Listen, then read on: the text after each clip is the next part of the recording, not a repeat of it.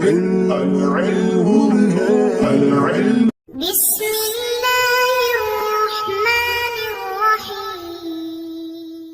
اللهم افتح علينا حکمتک وانشر علينا رحمتک یا والجلال والاکرام. تو جی ناظرین، الحمدللہ عز وجل ہدایت النحو کتاب ہماری جاری ساری ہے، اور آج ہم اس کا سبق نمبر 53 ظروف مبنیہ کے بارے میں فصل کا بقیہ حصہ انشاءاللہ عز وجل پڑھیں گے.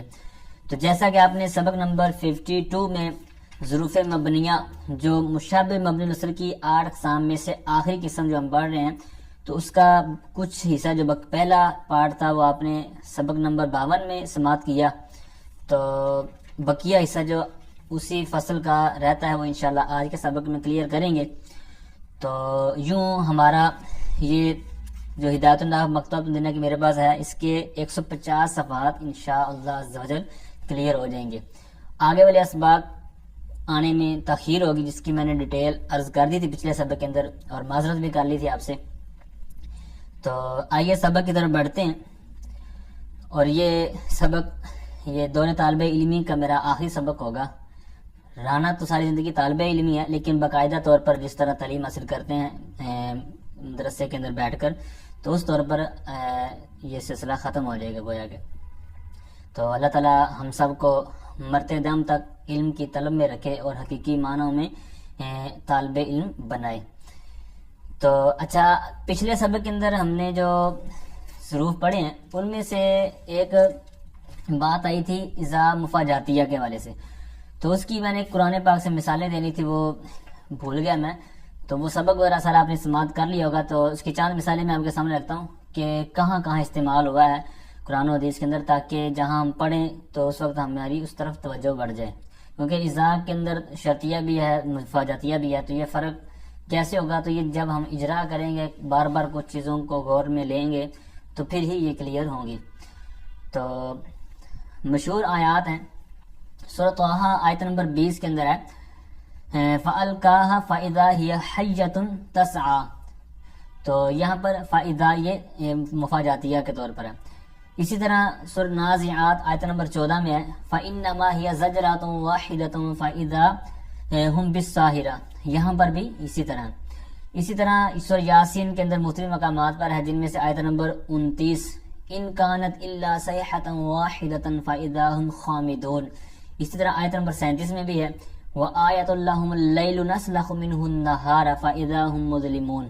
اسی طرح آیت نمبر 51 میں بھی ہے وَنُفِخَ فِي الصُّورِ فَإِذَا هُمْ مِنَ الْأَجْدَاثِ إِلَىٰ رَبِّهِمْ يَنسِلُونَ. ٹھیک ہے. اسی طرح آیت نمبر 77، یہ ساری سورہ یاسین شریف سے عرض کر رہا ہوں. اولم یر الانسان انا خلقناه من نطفة فاذا هو خصيم مبين. ٹھیک ہے، یہاں پر بھی اسی طرح. پھر بخاری شریف کے ایک حدیث پاک ہے 3679 نمبر دخلت الجنت فاذا انا برمیساء امرأة ابی طلحہ. تو یہاں پر یہ فاذا وہی. پھر اسی طرح مشہور حدیث پاک معراج کے بعد کا واقعہ، یا اس طرح ایک اور روایت کے طور پر آتا ہے کہ سرکار نے خواب میں دیکھا کہ سرکار نے جنت میں اپنے آگے کسی کے چلنے کی آہٹ یعنی آواز سنی. تو وہ پھر واقعہ آپ کی زیر نظر ہوگا کہ وہ حضرت بلال حبشی رضی اللہ تعالیٰ عنہ 2 رکعت پڑھا کرتے تھے وضو کے. تو اس کی یعنی یہ فضیلت کے طور پر ان کو یہ اعزاز ملا. تو اس روایت کا ایک حصہ ہے کہ سمعت خشخشۃ امامی فاذا بلال. تو یہ سرکار فرما رہے ہیں کہ میں نے آہٹ سنی اپنے سے آگے، فاذا بلال. تو یہ فاذا اذا مفاجاتیہ ہوگا. ٹھیک ہے. تو آئیے آگے آج کا سبق شروع کرتے ہیں. بقیہ جو ظروف رہ گئے تھے، تو ظروف مبنیہ تو ظروف ضرب کی جمع تھی، تو جمع مکسر اسی والے سے میں نے شروع میں بات کی تھی. یہاں پر اسی طرح اسلوب کے طور پر لے کے آئیں گے ومنہا. ٹھیک ہے، یہ ہا ضمیر واحد مؤنث کیا تو یہ اسی کی طرف لوٹے گی ظرف کی جمع ظروف کی طرح. یعنی ظروف مبنیہ میں سے یہ بھی ہے. کون سا؟ ومنہا متا للزمان شرطا او استفہاما نحو متا تصم اسم ومتا تسافر. اب یہاں پر ظروف مبنیہ میں سے کہتے ہیں ومنہا، اور ظروف مبنیہ میں سے متا ہے زمان کے لیے، شرطن یہ با اعتبار شرط کے. ظروف مبنیہ میں سے متا زمان کے لیے ہے با اعتبار شرط کے یا پھر با اعتبار استفہام کے. اب 2 چیزیں ہیں، شرط کے طور پر بھی ہو سکتا ہے، استفہام کے طور پر بھی ہو سکتا ہے. تو 2 چیزوں کی 2 ہی مثالیں دیں گے ایک ایک کر کے ترتیب کے ساتھ. تو متا تسم اسم، تو تو یہ پہلی چیز انہوں نے بتائی تھی شرط کے لیے ہو، تو یہ مثال بھی اسی کی دے دی.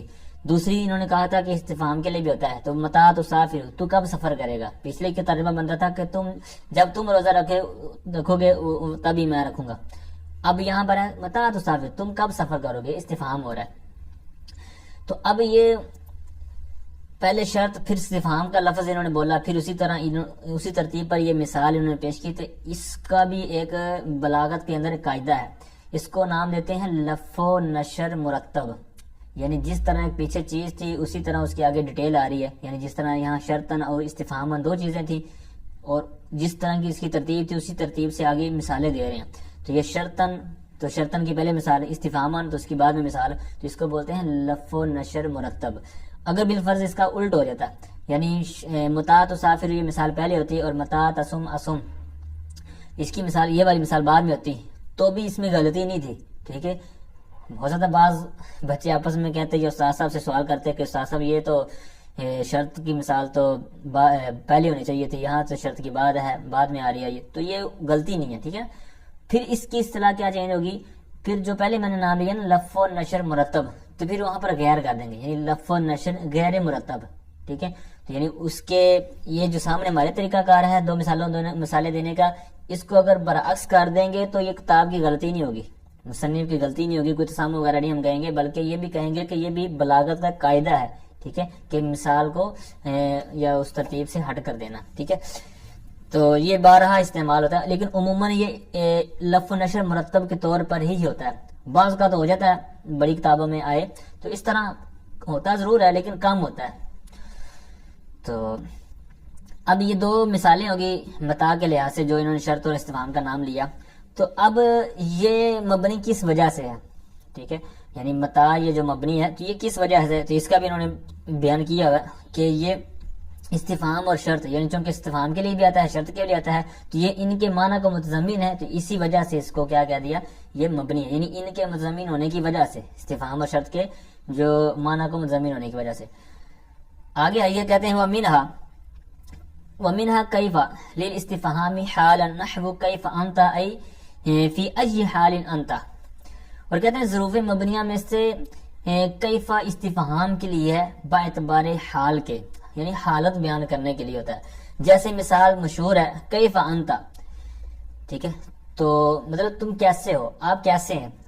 تو یہ کس معنی میں ہے، آئی سے اس کی تفسیر کر رہے ہیں. یعنی کہتے ہیں کہ فی ای حال انتا، تو کس حال میں ہے، تو کس حالت میں ہے.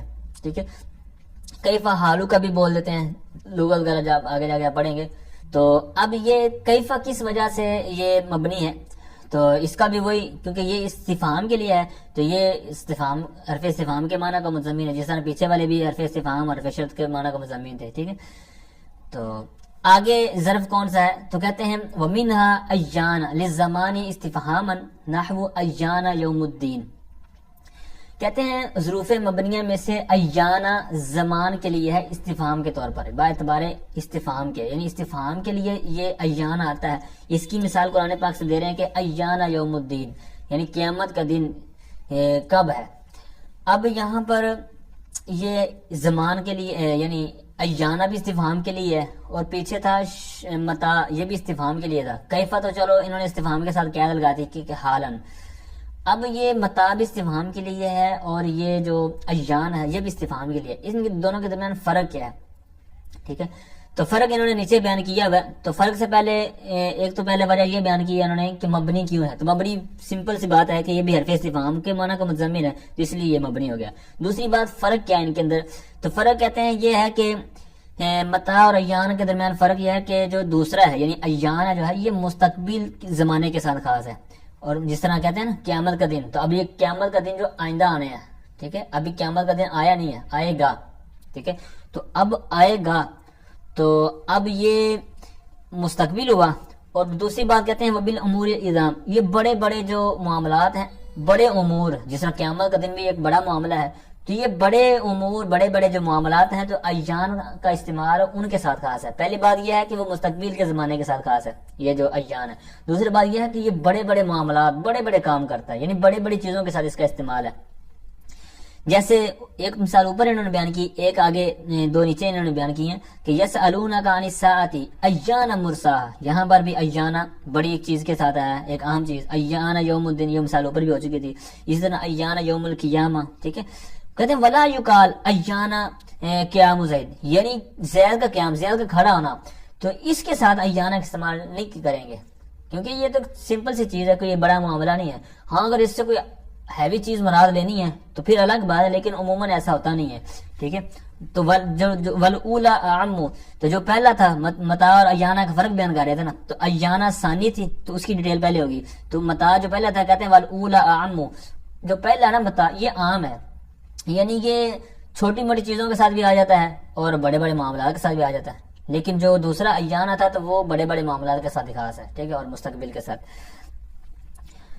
اچھا آگے آئیے، فرماتے ہیں وَمِنْهَا مُز وَمُنْزُ بِمَعْنَا اول المدت ان سالوها جوابا لمتا. نحو سے آگے مثال دیں گے، کہتے ہیں ظروف مبنیہ میں سے مز اور منز ہے، ظروف مبنیہ میں سے مز اور منز ہے. اب یہاں پر آپ نے غور کرنا ہے، آگے ہم حروف کی بحث تو آگے پڑھیں گے، کیونکہ ابھی اسم کی بحث ہے، پھر فعل کی بحث آئے گی، پھر آگے حروف کی بحث آئے گی، تو اس کے اندر حروف جارہ وغیرہ دیگر ڈیٹیل ہوگی، تو وہاں پر مز اور منز بھی ہم پڑھیں گے. جس طرح کہ آپ نے حروف جارہ کا شعر بھی یاد کیا ہوگا، باؤ تاؤ کاف لام والا، تو اس کے اندر مز اور منز آپ نے پڑھا ہے، تو یہ کیا ہے حروف جارہ میں سے. اور یہاں پر ہم کیا پڑھ رہے ہیں، حروف نہیں پڑھ رہے بلکہ اسم، اور اسم میں بھی مبنی، تو یہ کیا ہو گیا، تو اس کی وجہ آگے میں عرض کرتا ہوں. تو یہاں پر کس معنی میں ہے، یہ ظرف کے معنی کے طور پر ہم پڑھ رہے ہیں اور اسم کے طور پر پڑھ رہے ہیں، ٹھیک ہے. اور جو آگے پڑھیں گے حروف جارہ کی بحث میں، وہاں پر حروف کی بحث میں تو وہ حروف جارہ میں سے ہوں گے. تو بہرحال ظروف مبنیہ میں سے مز اور منزو ہیں. اب یہ کس معنی کے ساتھ آتے ہیں، کہتے ہیں بمعنی اول المدت، اول مدت کے معنی کے ساتھ، یعنی کسی چیز کی اول مدت بیان کرنے کے لیے. جیسے کہتے ہیں اس کا قرینہ بیان کر رہے ہیں، یعنی کب یہ ہمیں پتا چلے گا کہ یہ اول مدت کے معنی کے لیے آتا ہے، یعنی اس کے دو معنی کے لیے نا، ایک معنی یہ بھی بیان کر رہے ہیں، ایک آگے بھی بیان کر رہے ہیں جمعی معنی کے لیے. تو دوسری بات یہ ہے کہ یہ مبنی کس وجہ سے ہیں، جو حروف ہیں تو وہ تو مبنی ہیں ہی ہیں، جس طرح کہ ان کا نام سے واضح ہے کہ حروف مبنی ہیں، یعنی جس طرح حروف جارہ میں آئے گا. اب یہ تو ظرف کے طور پر ہم پڑھ رہے ہیں، تو یہ کس وجہ سے مبنی ہے، تو اس کی دو صورتیں ہیں. ایک تو یہ ہے کہ یہ ان کے مشابہ ہونے کی وجہ سے مبنی ہے، یعنی مز اور منز اگر حروف جارہ مبنی ہیں تو یہ ان کے مشابہ ہیں تو یہ مبنی ہے. دوسرا یہ ہے کہ اسم کے طور پر ہے، تو مز آپ کو پتا ہے کہ 3 حروف سے کم پر مشتمل ہے، تو وضع والی جو مناسبت ہم نے وہاں پر پڑھی تھی 3 اور 7 مناسبتیں، یعنی متن میں 3 تھی اور 7 دیگر تھی ٹوٹل. تو اب 3 حروف سے کم والی ہونا یہ بھی ایک مبنی ہونے کی وجہ انہوں نے بیان کی تھی وہاں پر مناسبت، تو یہ مز اس میں آ گیا. اور مز جب مبنی ہو گیا تو لہٰذا منز کو اس کے اوپر اس کا نا قیاس کر لیا، اسی کے اس کی مناسبت بیان کر دی مشابہت کے طور پر. تو اب یہ تو ہوئی ان کی مبنی ہونے کی وجہ جو میں نے عرض کی. اب آگے ان کے 2 معنی بیان کریں گے کہ یہ کب استعمال ہوں گے. ایک تو یہ ہے کہ کسی چیز کی ابتدائی مدت بیان کرنے کے لیے، ٹھیک ہے، یعنی کسی مدت کی ابتدا بیان کرنے کے ساتھ، اور اس کا آگے قرینہ بھی بیان کریں گے کہ یعنی کب یہ پتہ چلے گا کہ یہ ابتدائی مدت بیان ہو رہی ہے. اور بعض کا ایسا ہوگا کہ اوور آل مدت بیان کرنے کے لیے، یعنی کتنے مدت ہے آپ کی اس کو نہ دیکھنے کی یا کسی سے ملاقات نہ کرنے کی، تو وہ مدت بیان کریں گے، اس کا بھی آگے قرینہ ہے. تو ساری ڈیٹیل متن میں بھی آ رہی ہے یہاں پر، یہ جو آگے باتیں ہونے والی ہیں، اور کچھ ایکسٹرا ہیں جو نیچے انہوں نے بیان کی ہوئی ہیں، ٹھیک ہے. اب ایک تھوڑا سا فرق جو انہوں نے ادھر نیچے حاشیے میں بیان کیا ہے وہ سننے کے بعد پھر آگے بڑھتے ہیں سبق کی طرف. اب حروف جارہ کے طور پر جب مز اور منز آئے گا تو آپ کو پتا ہے کہ حرف جار ہوں گے تو ماں بعد مجرور ہوگا، اور یہاں پر چونکہ ہم ظروف میں پڑھ رہے ہیں تو یہاں پر وہ معاملہ نہیں ہوگا، ٹھیک ہے. تو یہاں پر یہ اسم ہوں گے دونوں، جس طرح یہاں پر آ رہا ہے، تو ان کا ماں بعد جو ہے نا وہ مرفوع واقع ہوگا، جس طرح آگے مثال آپ دیکھیں گے وہ مرفوع ہوگا. تو آئیے اب سبق کی طرف بڑھتے ہیں. وَمِنْهَا مُز وَمُنْز، اور ظروف مبنیہ میں سے مز اور منزو ہیں. بِمَعْنَا اول المدت، اول مدت کے معنی کے ساتھ، اول مدت کے معنی کے ساتھ. کہتے ہیں ان سالوہا جواباً، کب کہتے ہیں ان سالوہا، اگر وہ صلاحیت رکھتا ہو جواب بننے کی. کس کے جواب بننے کی، یہ کرنا ہے یاد رکھنا. لمتا، یعنی کوئی متا کے ساتھ سوال کر رہا ہے تو متا کے جواب کی صلاحیت رکھتا ہو، یعنی جس مز اور منز کے ساتھ آپ نے مدت کی ابتدائی مدت بیان کرنی ہے تو وہاں پر کیا ہوگا کہ اس کا آپ نے سوال بنا لینا اپنی طور پر، ٹھیک ہے، یعنی کسی جگہ پر عبارت آ رہی ہے اور وہاں پر اگر آپ معنی اول والا لینا چاہتے ہیں، اول مدت بیان کرنا چاہتے ہیں، تو وہاں پر اپنے طور پر ایک کوشچن کر لیں، متا عبارت رکھ کے وہاں پر سوال بنا لیں. اگر تو وہ اس کے جواب میں وہ جواب واقعی بن رہا ہو رہا ہو، صحیح بن رہا ہو، صلاحیت ہو اس کے اندر، تو پھر کیا کہیں گے کہ یہاں پر مز اور منز کس معنی میں ہے؟ بمعنی اول المدہ. ٹھیک ہے، تو یہ قاعدہ اور یہ جو قرینہ ہے یہ آپ نے یاد رکھنا ہے کہ منز اور مز یہ اول مدت کے معنی کے ساتھ کب ہوں گے؟ اگر یہ متا کا جواب بننے کی صلاحیت رکھتے ہوں. جیسے مثال سمجھیں، کہتے ہیں ما رأیتہ مز او منذ یوم الجمعہ. ٹھیک ہے، یعنی میں نے اس کو نہیں دیکھا جمعہ سے، جس طرح کہا نا کہ اول مدت، تو یہ اس کو نہ دیکھنے کی مدت کیا ہے؟ یعنی اس کی ابتدا کہاں سے ہے؟ جمعہ سے.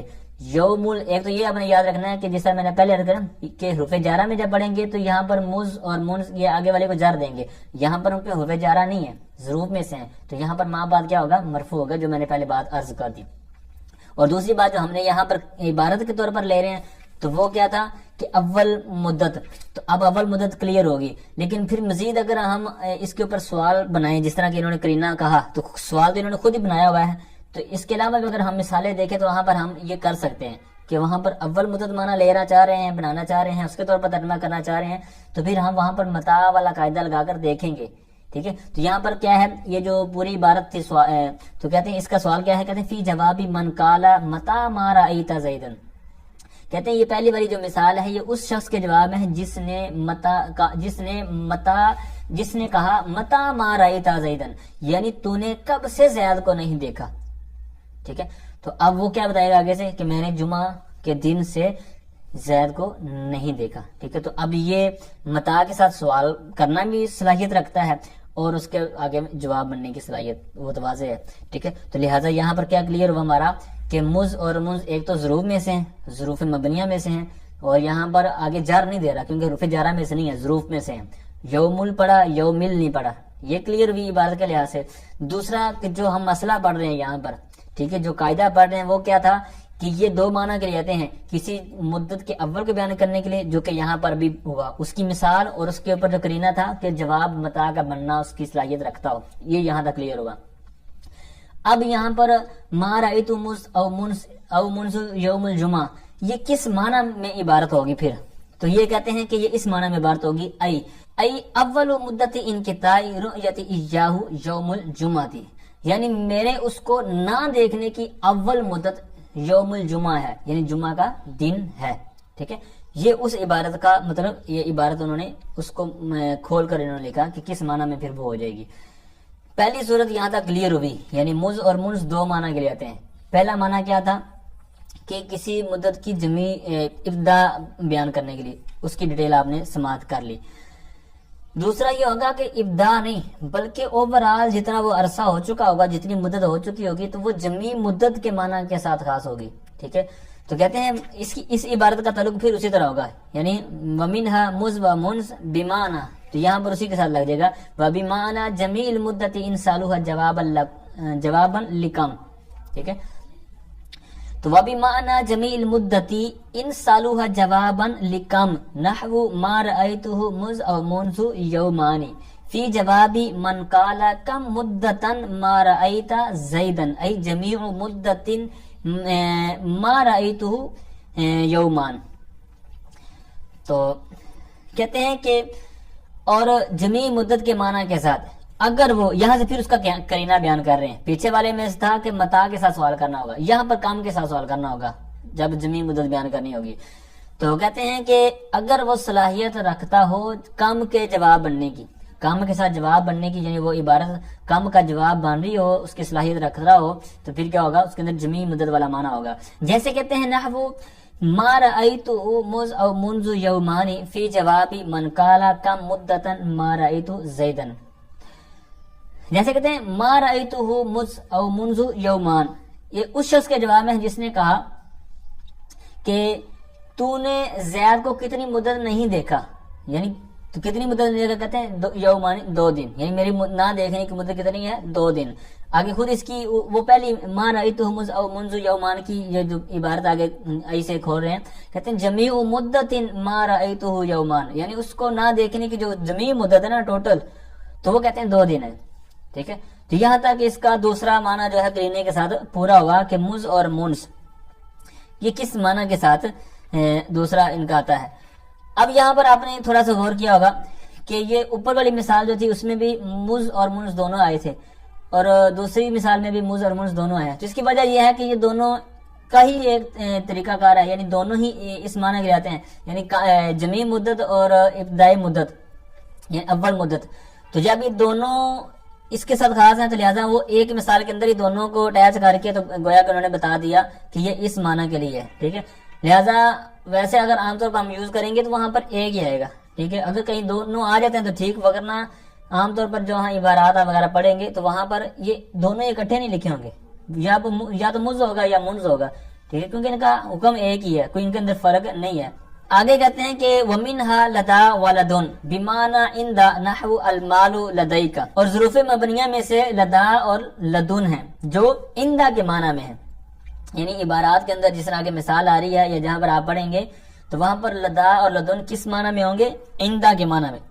ٹھیک ہے، جیسے کہتے ہیں المال لدئی کا، مال تیرے پاس ہے، تو اب عندہ کا معنی تو یہ تھا نا پاس. تو اب یہ عندہ کے معنی میں ہے، تو اب عندہ کی وجہ بھی تو کسی وجہ سے ہے، اب ان کی بھی وجہ کسی وجہ سے ہوئی ہوگی.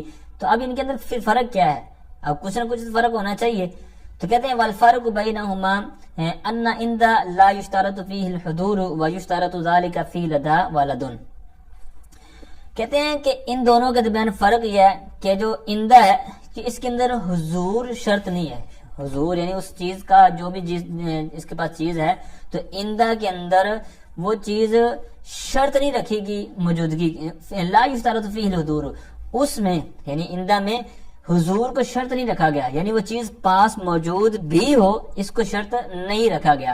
مثال کے طور پر میرے پاس پیسے ہیں، لیکن پیسے میرے اکاؤنٹ میں ہیں، موبائل اکاؤنٹ میں ہے یا بینک اکاؤنٹ میں ہے، یا کسی کو میں نے پکڑائے ہوئے ہیں، گھر والوں کے پاس ہیں، ٹھیک ہے، یا مرکز کے پاس ہیں، جس کے پاس بھی ہیں. مطلب میری ملکیت ہے لیکن قبضہ نہیں ہے، فی الحال میری ہاتھ میں نہیں ہے، میرے پاس نہیں ہے. تو وہاں پر کیا ہوگا کہ ہم عندہ بول سکتے ہیں.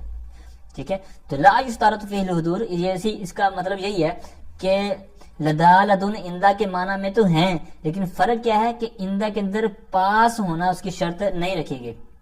جبکہ دوسری جو چیز ہے لدا اور لدن، جس طرح کے اوپر پہلی بات ہوئی، کہتے ہیں وَيُشْتَرَطُ ذَلِكَ فِي لَدَا وَلَدُن، اور اس کو شرط رکھا گیا ہے، ذالک کا مطلب حضور کو، یعنی اس لدا اور لدن کے اندر شرط رکھا گیا ہے حضور کو. یعنی کوئی چیز آپ کے پاس ہے اور وہاں پر آپ لدا لدن استعمال کر رہے ہیں عبارت کے اندر، تو پھر تو ٹھیک ہے. لیکن ایک ایسی چیز ہے کہ آپ کے پاس پیسے ہیں لیکن وہ بینک میں ہے، آپ اس عبارت وہاں پر عبارت کیا لے کے آ رہے ہیں کہ لدا، جس طرح اوپر ہے کہ المال لدی کا، یا کہہ رہے ہیں کہ یا یوں کہہ لیں المال لدی کہ میرے پاس مال ہے، حالانکہ مال آپ کا قبضے میں نہیں ہے بلکہ کیا ہے وہاں پر اکاؤنٹ میں ہے، بینک میں ہے، یا کسی اور کے پاس ہے. تو وہاں پر یہ عبارت بولنا غلط ہوگا. کیوں؟ وجہ کیا ہے کہ یہاں پر کیا ہے کہ وَيُشْتَرَطُ ذَلِكَ فِي لَدَا، یعنی لدا لدن وغیرہ کے اندر کیا ہے کہ یہاں پر اس کی حضوری جو اس کا موجود ہونا یہ شرط ہے. اور اگر اس کا آپ برعکس کریں گے یعنی وہ چیز نہیں ہے لیکن وہاں پر آپ یہ استعمال کر رہے ہیں، تو پھر یہ آپ کی غلطی شمار ہوگی. اب یہ جو لدا لدن ہے تو اب یہ کیوں مبنی ہے؟ ٹھیک ہے، تو یہ مبنی اس وجہ سے ہے کہ اس کا جو اس کی پہلے لغتیں سنیں پھر آپ کو سمجھ آئے گی.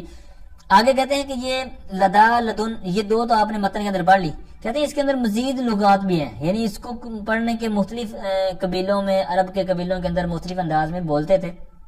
تو کہتے ہیں وجہ فی لغات اخر، کہتے ہیں اس کے اندر دوسری لغتیں بھی ہیں. ٹھیک ہے، اس کے علاوہ بھی ہیں، یعنی لدا لدن کے علاوہ اور بھی ان کو پڑھنے کے انداز ہیں، لغتیں ہیں. تو کیا ہیں؟ کہتے ہیں لدنی و لدنی. یہاں پر آپ نے ہنسنا نہیں ہے، ہو سکتا ہے آپ کو عجیب سی لگے. لدنی و لدنی اور لدنا، یہاں پر کیونکہ نون کے اوپر زبر بھی ہے، زیر بھی ہے، لہذا اس کا مطلب یہ ہے کہ اس کو دو طرح پڑھنا ہے، ایک دفعہ لدنا اور ایک دفعہ لدنی. ٹھیک ہے، پھر ہے لدن ولد ولد ولدو. ٹھیک ہے، تو یہ اتنی اس کی لغات اور ہیں. لدا لدن عموماً مشہور ہیں اور یہ لغتیں بھی آتی ہیں. اب یہاں پر جو لد ہے یا لد ہے تو یہ 3 حرف سے کم ہے، تو لہٰذا یہ مبنی ہوئے کیونکہ وہ وضع والی قید آ گئی نا، 3 حروف سے کم. تو دیگر جو اس کی لغتیں ہیں تو اسی کے اوپر اس کی مشابہت کی وجہ سے یا اس کے جناب زیر سایہ انہوں نے جناب پرورش پاتے ہوئے تو وہ بھی مبنی کے اندر شمار ہو گئے. ٹھیک ہے، اب یہاں تک تو اس کی ایک بات کلیئر ہوئی. اب یہ جو ہم نے متن پڑھا ہے اس کے اندر والفرق بینہما سے ایک فرق بیان کیا ہے حضور والا.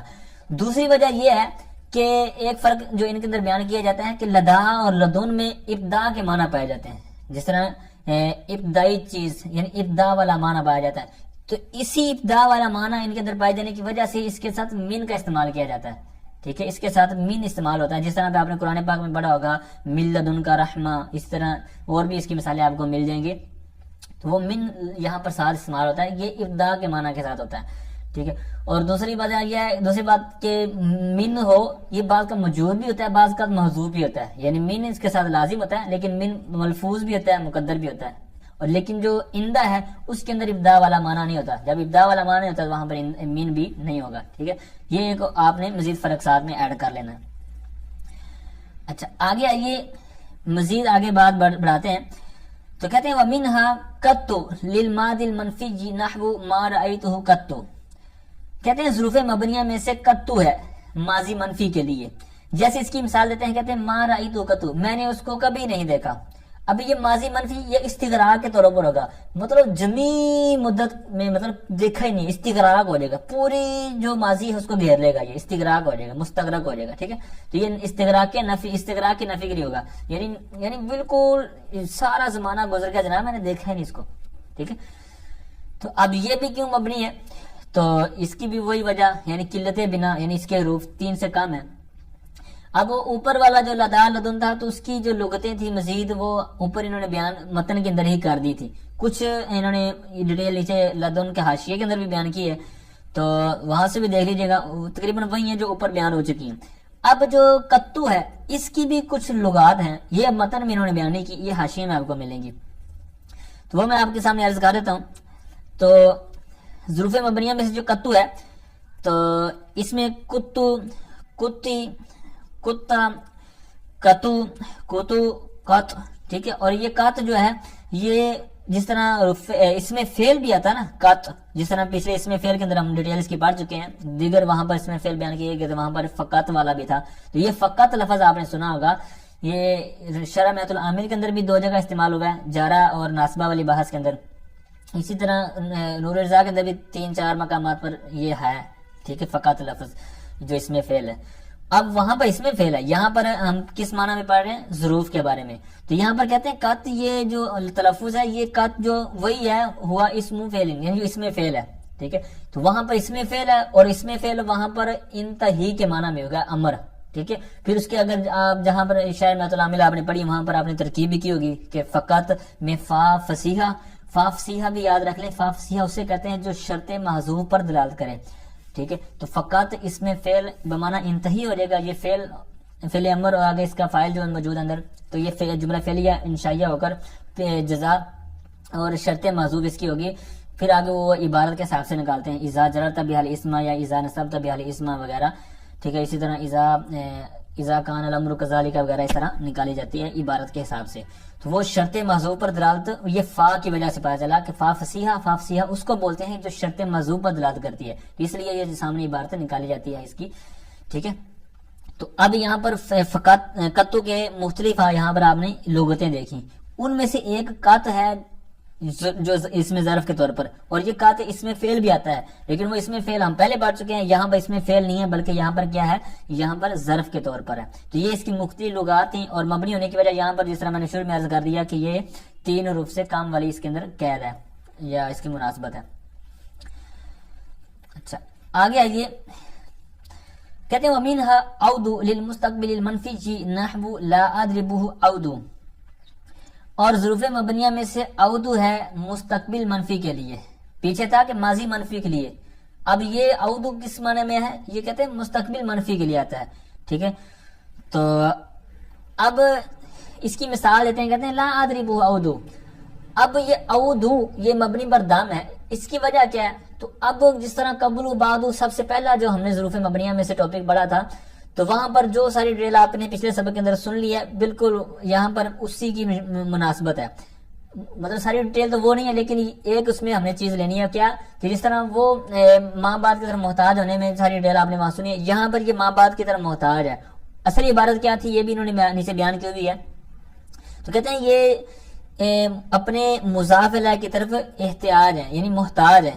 تو یہ کہتے ہیں یہ مشابت کی وجہ سے, یعنی جس طرح ماں باپ کی طرف محتاج, جس طرح حروف مشابت ہوتے ہیں, مشابت رکھتے ہیں جس طرح, تو یعنی وہ محتاج ہوتے ہیں, تو یہاں پر یہ بھی مضاف الیہ کی طرف محتاج ہوتے ہیں. اب مضاف الیہ اس کا کیا ہے, یعنی اودو کے بعد عبارت کیا ہے, کہتے ہیں یہ لا ادربہ اود العائدین, یہ اس معنی میں عبارت تھی تو وہ اس کی طرف اس کی اضافت ہوئی اور وہ یہاں پر حذف کر دیا گیا, تو لہذا اس کی محتاجگی کی وجہ سے یہاں پر یہ اودو, جس طرح قبل بعد تحت فوق وغیرہ پہلے پڑھ چکے ہیں, تو لہذا یہاں پر مناسبت جو اس کی ہے مبنی ہونے کی ہے اس وجہ سے ہے جو یہاں پر انہوں نے ذکر کر دی.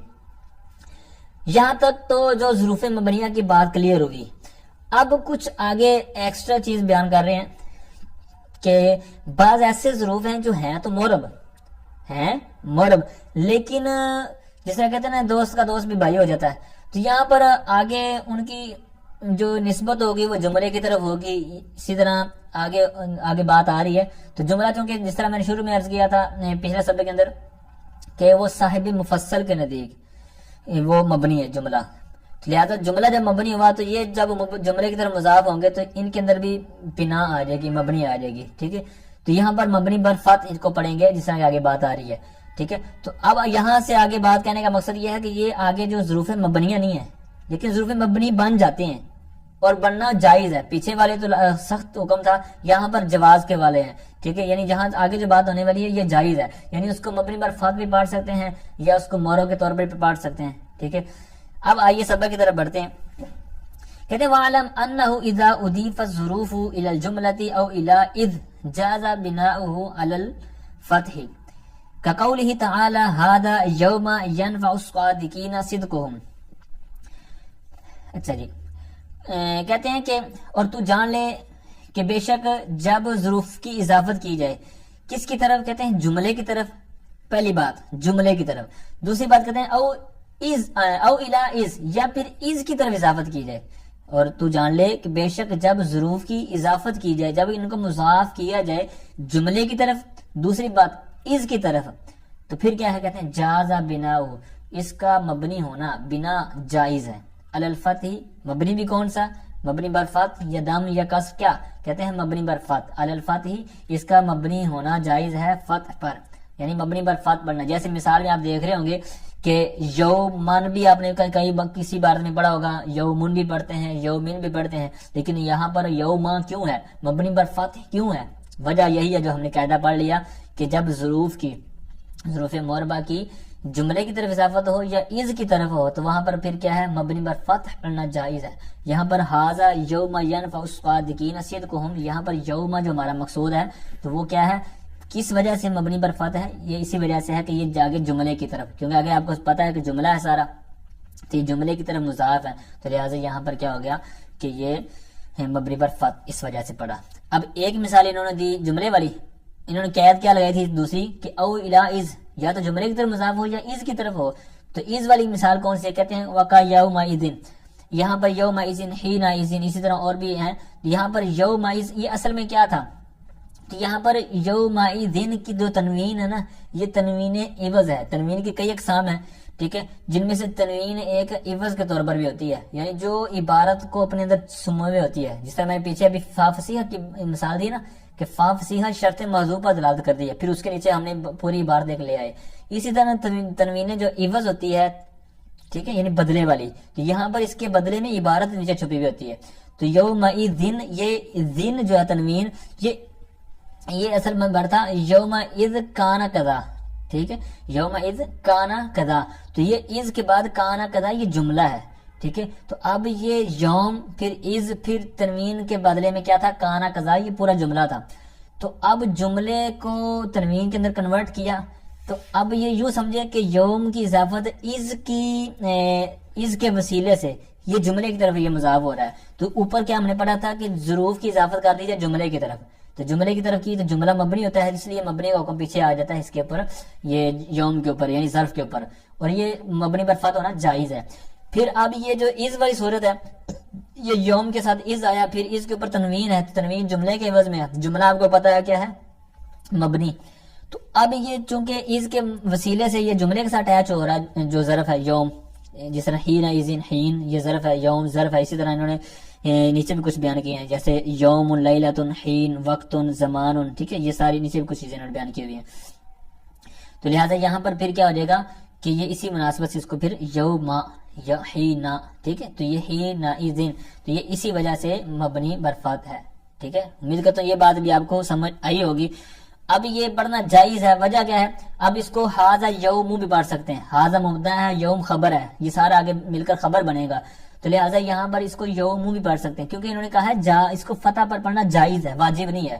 تو چونکہ یہ جو ظروف موربہ میں سے ہیں، اور مورب کا پھر اعراب آپ کو پتہ ہے بدلتا رہتا ہے، اور پھر وہ جس طرح چاہ رہا ہوگا وہاں پر عبارت، جس طرح یہاں پر خبر بننا چاہ رہی ہے تو لہٰذا اس کا مرفوع پڑھ دیں گے، اسی طرح کوئی اور چیز بن رہی ہوگی عبارت کے اندر تو آپ اسی طرح اس کے اوپر پڑھ سکتے ہیں، جائز ہے، کیونکہ انہوں نے فتح کہنا جائز کہا ہے، واجب نہیں کہا، ٹھیک ہے۔ تو اب آگے آئیے، اب ایک تو وجہ یہ ہے کہ انہوں نے کہہ دیا کہ جائز ہے، اس وجہ سے ہم اس کو ایک تو فتح پر پڑھنا جائز ہے، دوسرا یہ ہے کہ اسی عبارت کے ساتھ ہم پڑھ لیں۔ دوسری وجہ یہ ہے کہ جو مورب ہوتے ہیں اسم کے اندر اصل مورب ہونا ہے، تو یہاں پر اسی قاعدے کے طور پر ہم لیں گے تو اس کو مورب پڑھنا بھی صحیح رہے گا۔ اچھا، تو اب وَكَذَلِكَ سے ایک اور قیاس کر رہے ہیں، کہتے ہیں وَكَذَلِكَ مِثْلُ وَغَيْرُ مَا وَأَنْ وَأَنَّ، کہتے ہیں اسی طرح، کس طرح مطلب جس طرح کہتے ہیں یہ پچھلی صورت آپ نے پڑھی نا، یعنی ظروف جب جملے کی طرف یا از کی طرف مضاف ہوں تو مبنی پر فتح پڑھنا جائز ہے، کہتے ہیں اسی طرح مثل اور غیر، مثل غیر جو ہیں یہ جب کس کے ساتھ آئیں، کہتے ہیں ما ان اور انا، یعنی ماں کے ساتھ آ جائے مثل، یا ان کے ساتھ، یا انا کے ساتھ، یعنی مثل ان تینوں کے ساتھ میں سے کسی سے آ جائے، یا غیر ان تینوں میں سے کسی کے ساتھ آ جائے، تو پھر کیا ہوگا، کہتے ہیں وہی حکم ہوگا جو اوپر ہوگا۔ تو مثال دے رہے کہتے ہیں تقول ضربتہ مثل ما ضرب زید، اب یہاں پر ماں کی پیچھے تین صورتیں جو بیان کی تھی، ماں ان اور انا، تو یہاں مثل کس کے ساتھ آ گیا، ماں کے ساتھ، تو حکم کیا ہوگا، وَكَذَلِكَ کا حکم یہاں پر لگا دیں گے، وَكَذَلِكَ سے مراد جس طرح وہ پیچھے تھا کہ جاز بناء علی الفتح، تو یہاں پر بھی اس کی مثلا ہم نے کر رہی ہے، ویسے تو مثلو، ٹھیک ہے، مثلی وغیرہ اس کے مطلب اعراب بدلتے رہتے ہیں کیونکہ موربہ ہیں، ظروف موربہ ہیں تو مورب کا پتہ ہوگا اعراب بدلتا رہتا ہے، یعنی جس طرح کا وہاں پر عبارت تقاضا کاری ہوگی وہاں کا اس کا اعراب دے دیا جائے گا عامل کے حساب سے، لیکن یہاں پر چونکہ قید انہوں نے لگائی تھی ماں ان اور انا والی، وہ قید یہاں پر پائے گی۔ اس طرح ایک اور مثال دے رہے ہیں اس کی غیر والی، کہتے ہیں وغیر ان ضرب زید، ٹھیک ہے، تو یہاں پر ان کی مثال دی، ایک مثل کی مثل اور غیر کی ایک ایک انہوں نے مثال دی، باقی آپ خلاصہ الجناب کے اندر بھی لکھی ہوئی ہیں، آپ اپنے طور پر بھی بنا سکتے ہیں۔ اب وَمِنْهَا أَمْسِ بِالْكَسْرِ عِنْدَ أَهْلِ الْحِجَازِ، اچھا یہاں پر ایک آگے امس یہ بھی کافی استعمال ہوتا رہتا ہے، تو یہ اس کے اوپر کافی انٹرسٹنگ بات بھی ایک آ رہی ہے، کہتے ہیں اور ظروف مبنیہ میں سے امس ہے، امس مطلب امسی بالکسر، یعنی امسی سین کے کسرہ کے ساتھ بالکسر، ٹھیک ہے، اور ظروف مبنیہ میں سے امسی ہے یعنی بالکسر، کسر کے ساتھ، یہ کن کے نزدیک ہے، یعنی سب کے نزدیک ہے جس طرح ساری چیزیں ہیں، یا کسی خاص سب کے نزدیک ہے، کہتے ہیں اند اہل الحجاز، اہل حجاز کے نزدیک، ٹھیک ہے، اہل حجاز کے ہاں آمسی یہ ظروف مبنیہ میں سے ہے۔ اچھا یہاں پر آپ نے تھوڑا سا غور کرنا ہے، آمس کا معنی ہے کل، گزشتہ کل، ٹھیک ہے، یسٹرڈے جس طرح ہم بولتے ہیں کل، تو ایک تو ہوتا ہے نا کل ٹومورو، یہاں پر وہ نہیں، ٹومورو تو ہوتا ہے نا آئندہ، نیکسٹ، لیکن یہ پیچھا جو پیچھے گزر چکا ماضی کے اندر، ماضی بھی وہ جو متصل یعنی کل، بالکل کل والا جو، تو اب یہاں پر کیا ہوگا، اس کے اوپر تھوڑی سی توجہ آپ نے کرنی ہے۔ وہ توجہ کیا ہے، پہلی بات تو یہ کہ اس سے مراد امس یعنی الف لام کے بغیر جو ہمارے سامنے نظر آ رہا ہے، اس سے مراد یہ ہے کہ یہ جو گزشتہ کل بالکل سیم جو ہمارا دن سے ملا ہوا ہے، کل والا دن ہے وہ، اب یہ اہل حجاز کے نزدیک یہ امس معرفہ ہے، کیونکہ معرفہ کسے کہتے ہیں آپ کو پتا ہے، وہ چیز معین، جو چیز معین پر دلالت کرے وہ کیا ہے، معرفہ، تو یہ کل والے دن یہ معین دن ہے، پیچھے والا میں بولوں کسی کل یعنی پچھلے کوئی بھی دن تو یہ نکرہ ہو جائے گا، اب کل والا دن جو بالکل متصل ہے کل، ٹھیک ہے، جس طرح مثال کے طور پر آج ہفتہ ہے، ٹھیک ہے، کل کیا تھا، جمعہ، تو کل، یہ میں اگر لفظ بولوں گا تو یہ معرفہ ہے. تو یہ امس جو ہے الف لام کے بغیر، تو یہ اہل حجاز کے نزدیک گزشتہ کل کے معنی کے لیے ہے، اور کیا ہے؟ معرفہ، کسرہ کے ساتھ پڑھنا ہے، معرفہ ہے اور بمعنی گزشتہ کل ہے. ٹھیک ہے، یہ چیز آپ نے یاد رکھنی اہل حجاز کے نزدیک ہے. ٹھیک ہے، ومنها امس بالکس عند اہل الحجاز کا مطلب یہ ہے جو بھی میں نے وضاحت کی. اور بعض کے ہاں یہ امس بالکل جو سامنے لکھا ہوا نا الف میم سین امس، تو یہ بعض دیگر جو ہیں اہل حجاز کے نزدیک آپ نے پہلے بات سن لی. پھر بعض دیگر جو ائمہ ہیں، نحات ہیں، نحوی ہیں، ان کے نزدیک کہتے ہیں یہ مبنی نہیں ہے. اوپر تو پڑھا تھا نا بالکسر، یعنی کسرہ پر مبنی ہے. لیکن بعض دیگر جو نحوی ہیں ان کے نزدیک کیا ہے کہ معرفہ ہے، یعنی ہے تو کل کے لیے لیکن ہے مورب، یعنی کہ راہ بدلتا رہے گا. ام سی، ام سن، ام سن، ام سن، مطلب وہ بدلتے رہتے ہیں. وہ کہتے ہیں مورب ہے. دو چیزوں میں مشترک ہے، یعنی اہل حجاز کے نزدیک اور بعض کے نزدیک. وہ کیا ہے؟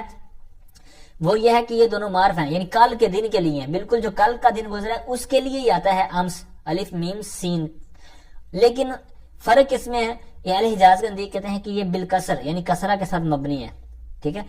اور دوسری بات جو اہل بعض کے نزدیک ہے، کہتے ہیں وہ ہے تو معرفہ ہی لیکن کیا ہے؟ مورب ہے، اعراب بدلتا رہے گا. اچھا، اب یہ بات ہوئی. پھر اسی طرح اس کی انہوں نے نیچے کچھ مثالیں بھی بیان کی ہوئی ہیں. جیسے کہتے ہیں کہ متا امسی، ٹھیک ہے، یعنی کل گزر گئی.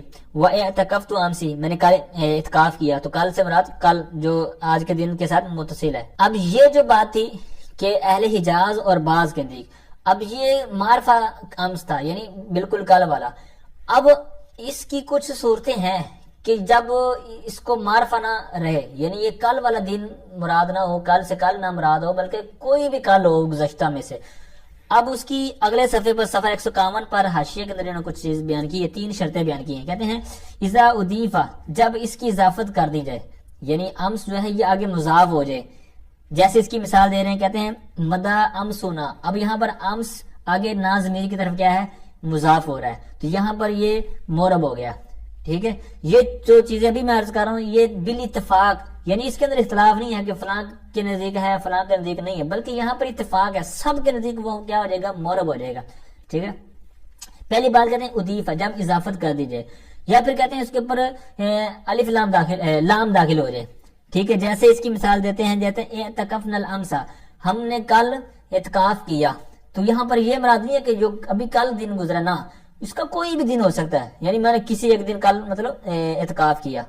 اب اس کے اوپر الف لام آ گیا. ٹھیک ہے، لام کی مثال انہوں نے لگائی. یا تیسری شرط لگاتے ہیں کہ وہ نکرہ ہو، جیسے وَكُلُّ غَدٍ سَائِرٌ أَمْسًا. اب یہاں پر نکرہ ہو گیا تو لہٰذا یہاں پر بھی یہ بالاتفاق مورب کے اندر آئے گا. تو کلو کا دن سائر امسن، یہ کس معنی میں ہوگا؟ کہ ہر آنے والا کل ہو جاتا ہے کوئی اور کل. ٹھیک ہے، تو اس طرح اس کے اندر جو 3 صورتیں تھیں، 3 شرطیں کہ جو بالاتفاق اس کو کیا کر دیتی ہیں؟ مورب کر دیتی ہیں. ٹھیک ہے، تو یہ تھا آج کا ہمارا سبق. آئیے میں کچھ آپ کے سامنے مثالیں عرض کرتا ہوں کہ جو عموماً نہیں ملتی. ویسے تو جتنے بھی ظروف ہیں ابھی جو آج کے سبق میں پڑھے، اسی طرح کل کے سبق میں جو میں نے عرض کیے تھے سبق نمبر 52 کے اندر، کہ ظروف کے اندر کچھ میں نے مثالیں عرض کی تھی، 1-2 کی، جس طرح اذا مفاجاتیہ اس کا رہ گئی تھی مثال، وہ میں نے عرض کر دی. لیکن دوسری جو ہے وہ عموماً عبارت پڑھتے ہوئے عموماً نظر آ جاتی ہیں، مل جاتی ہیں. جس طرح اب قطو ہے، اس کی مثالیں اتنی ملتی نہیں ہیں، لیکن لتا لدن اس کی بھی بہت سی مثالیں قرآن پاک بندہ پڑھتا ہے یا مثالیں قرآن کچھ اور پڑھتا ہے، تو جب عبارت پڑھ رہا ہو تو بندے کو آسانی سے اندازہ ہو جاتا ہے کہ یہ کن ضروب میں سے ہے. ٹھیک ہے، اس طرح ایان، مز اور منز.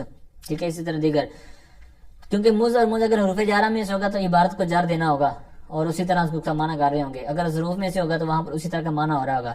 لیکن جو قطو ہے تو یہ اس میں فعل اور ظروف میں سے ان دونوں کا فرق ہے اور ان کا استعمال اتنا ہوتا نہیں ہے. تو یہ اس لیے میں یہاں پر آپ کے سامنے عرض کرتا ہوں. یہ کچھ میں نے مثالیں نکالی ہیں، تو یہ آپ سے عرض کرنے کے بعد سبق کو سم اپ کرتے ہیں. تو ایک حدیث پاک ہے، سیدہ عائشہ صدیقہ رضی اللہ تعالی عنہا فرماتی ہیں ما رأیت فرج رسول اللہ صلی اللہ علیہ وسلم قطو، یہ میں نے سرکار علیہ السلام کی شرمگاہ کو ابھی نہیں دیکھا. یہاں پر قطو ظرف ہے. ٹھیک ہے، یہ سارے ظرف کی آگے مثالیں میں عرض کر رہا ہوں. اسی طرح ایک حدیث پاک میں ہے، مشہور ہے کہ ما آکل احد طعاما قط خیرا من ان یاکل من عمل یدیہ، یعنی کسی شخص نے کبھی کوئی کھانا نہیں کھایا اس سے بہتر کہ اس نے اپنے ہاتھ سے کما کے کھایا ہو، یعنی اپنے ہاتھ کی کمائی جو ہے اس سے بہتر کسی نے کوئی کھانا نہیں کھایا. تو یہاں پر قط کس معنی میں ہے؟ اس میں جو ظرف ہم پڑھ رہے ہیں. اس طرح ایک حدیث پاک فرمایا ما عاب رسول اللہ صلی اللہ علیہ وسلم تعامن قط، میرے اور آپ کے آقا صلی اللہ علیہ وسلم نے کبھی کھانے کو عیب نہیں لگایا. ٹھیک ہے، پسند ہوتا تو کھا لیتے، نہ پسند ہوتا تو ہاتھ روک لیتے. ٹھیک ہے، پھر ہے سرکار نے فرمایا ما جاءنی جبرائیل قط الا امرنی بالسواک، میرے پاس جبریل امین جب بھی آئے ہیں تو انہوں نے کیا کہا؟ مسواک کے بارے میں التجا کی ہے کہ یا رسول اللہ مسواک کیا کریں. ٹھیک ہے، ویسے تو آمارا کا ویسے ترجمہ بنے گا کہ جبریل نے حکم دیا مجھے مسواک کرنے کا، لیکن یہاں پر ترجمہ کرنا مناسب نہیں ہے حکم کرنا، کیونکہ جبریل امین تو میرے آقا صلی اللہ علیہ وسلم کے بھی خادم ہیں. ٹھیک ہے، تو بہرحال یہاں پر عرض کرنے کے معنی میں، التماس کرنے کے معنی میں ہوگا. ٹھیک ہے، التجا کی. تو پھر اسی طرح ہے کہ قال ابو بکر رضی اللہ تعالی عنہ واللہ ما كنت حریصا علی الامانۃ یوما ولیلۃ قط. ٹھیک ہے، یعنی فرماتے ہیں کہ ایک امانت پر یعنی ذمہ داری پر دن اور رات کبھی بھی میں نے کوئی حرص یعنی لالچ یا حرص کا نہیں کیا، یعنی کوئی میری خواہش نہیں ایسی. اور ایک حدیث باب کہ جو آپ نے بھی سنا ہوگا، اور جب سرکار کا وصال ہوا تو یہ آپس میں صحابہ میں اختلاف ہو گیا کہ سرکار کو دفن کہاں پر کریں، یعنی سرکار کا مزار شریف کہاں بنائیں. تو کافی یہ ایک آزمائش رہی کہ یہ فیصلہ نہیں ہو پا رہا تھا.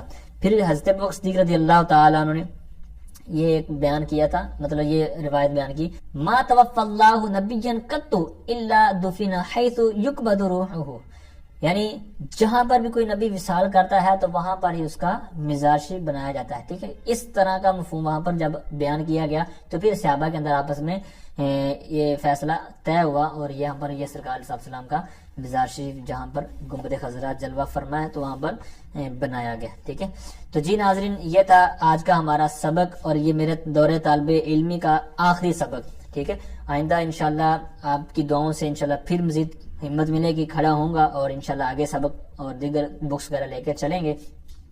آپ سب کی محبتوں کا شکریہ، دعاؤں میں یاد رکھیے گا. مزید کسی بھی عبارت کا کسی بھی کوئی کوسچن کرنا ہو صرف و نحو کے حوالے سے، تو اسی طرح دیگر جو درسیات کے حوالے سے، تو ضرور آپ مجھے یاد فرمائیں. تو انشاءاللہ اللہ تعالیٰ نے چاہا، ہمت ہوئی تو انشاءاللہ میں عرض کروں گا، تو جیسے تیسے کر کے انشاءاللہ آپ کو تسلی بخش جواب دینے کی کوشش ہوگی. اللہ تعالیٰ سے دعا ہے کہ اللہ تعالیٰ ہم سب کو دین کے لیے قبول فرمائے، آخرت کی منزلیں بھی ہمارے لیے آسان کریں، دنیا بھی ہمارے لیے آسان کرے، ہمیں فتنے سے بچائے، فتنوں سے بچائے، بد مذہبوں سے بچائے، دین کا مخلص اور سچا سپاہی بنائے. آمین بجاہ النبی الامین صلی اللہ تعالی